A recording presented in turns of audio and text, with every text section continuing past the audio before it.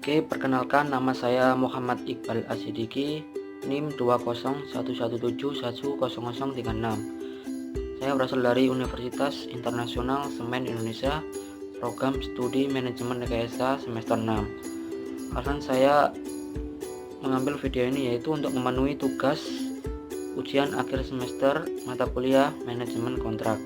Oke, pertanyaan yang pertama, alasan saya mengambil mata kuliah manajemen kontrak yaitu agar mendapat gambaran bagaimana sih melakukan sebuah kontrak yang benar dan melakukan tahapan-tahapan sebuah kontrak yang benar, di mana kontrak tersebut resmi dan diikat secara hukum. Dan alasan kedua saya mengambil mata kuliah ini yaitu kontrak merupakan hal yang sangat penting dalam dunia kerja, baik semua bidang kerja. Bagaimana kita harus memahami betul hal-hal yang ada di dalam kontrak tersebut.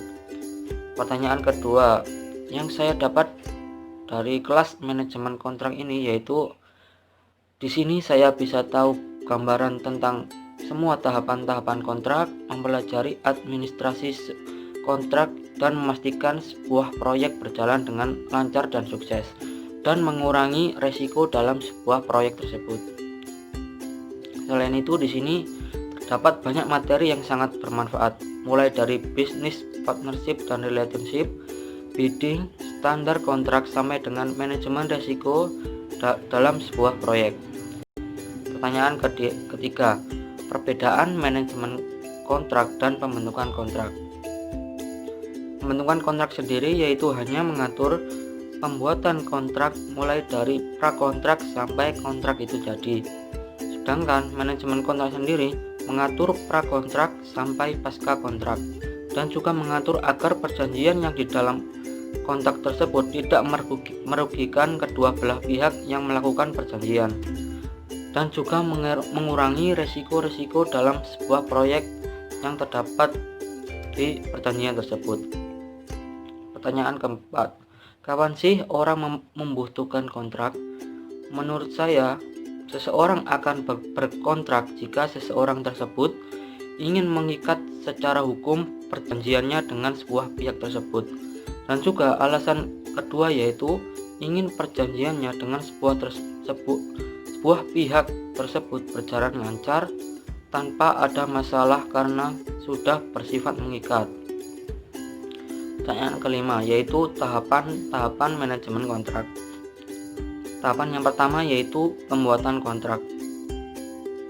Pada tahap ini, kedua belah pihak harus membuat identifikasi kebutuhan, pembuatan lingkup kerja, evaluasi risiko, membuat rencana pengolahan kontrak, dan pemilihan dan penunjukan kontraktor atau pihak lain sebagai eksekutor proyek.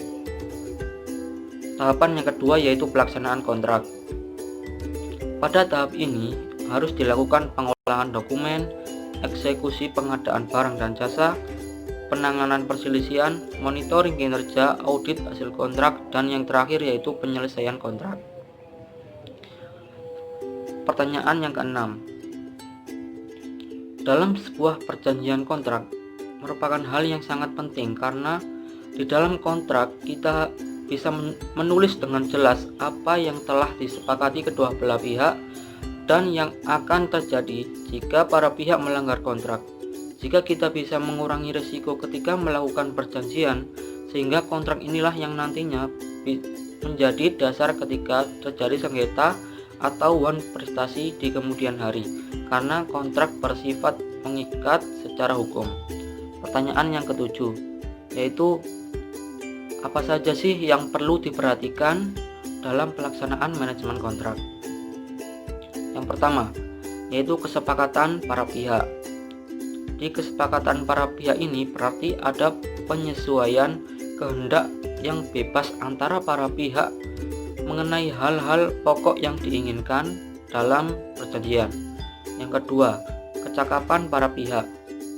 Menurut pasal 1329 KUHP Perdata, pada dasarnya semua orang cakap dalam membuat perjanjian, kecuali ditentukan tidak cakap menurut undang-undang.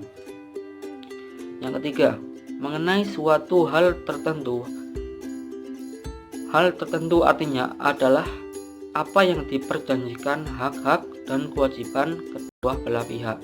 Yang paling tidak dimaksudkan dalam perjanjian ditentukan jenisnya. Yang keempat, sebab yang halal.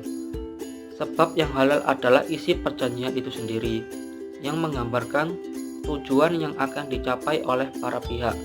Isi dari perjanjian itu tidak bertentangan dengan undang-undang, keasusilaan maupun dengan ketertiban umum. Pertanyaan yang kedua, pertanyaan yang selanjutnya yaitu jenis kontrak yang ada di Indonesia yang paling umum. Di sini saya menemukan ada dua bentuk kontrak yang digunakan di Indonesia yang secara umum. Yang pertama yaitu FIDIK 1987, digunakan untuk pekerjaan konstruksi sipil. Yang kedua, FIDIK 1995, digunakan untuk pekerjaan rancang bangun. Jadi FIDIK sendiri merupakan suatu standar kontrak skala internasional yang biasa digunakan pada proyek EPC atau Engineering Procurement Construction. Pada dasarnya penggunaan FIDIK di Indonesia tidak bertentangan dengan perundang-undangan di peraturan Indonesia. Pemakaiannya bersifat umum sehingga fleksibel dan dapat dipakai sebagai dasar dari standar kontrak kerja konstruksi untuk Indonesia. Pertanyaan yang selanjutnya, siapa saja sih yang berhak melakukan proses kontrak? Jadi pada dasarnya semua orang berhak melakukan proses kontrak, kecuali orang yang belum dewasa dan orang yang masih di bawah pengampuan seperti cacat dan gangguan jiwa dan sebagainya. Pertanyaan selanjutnya, hal-hal yang membuat sebuah kontrak dinyatakan tidak valid adalah tidak terpenuhinya syarat sahnya suatu perjanjian yang berdasarkan pasal 1320 KUHP Perdata terdiri dari 4 syarat, yakni adanya kesepakatan kedua belah pihak, adanya kecakapan untuk melakukan pembuatan hukum, adanya objek tertentu, dan adanya kausal yang halal. Yang kedua, berdasarkan pasal 1321 KUHP Perdata, perjanjian menjadi tidak sah apabila kesepakatan terjadi karena adanya unsur-unsur kekhilafan, paksaan, atau penipuan. Yang terakhir yaitu isi perjanjian dalam kontrak melanggar undang-undang yang ada di Indonesia. Sekian penjelasan dari saya, apabila ada kesalahan mohon dimaafkan. Saya akhiri. Assalamualaikum warahmatullahi wabarakatuh.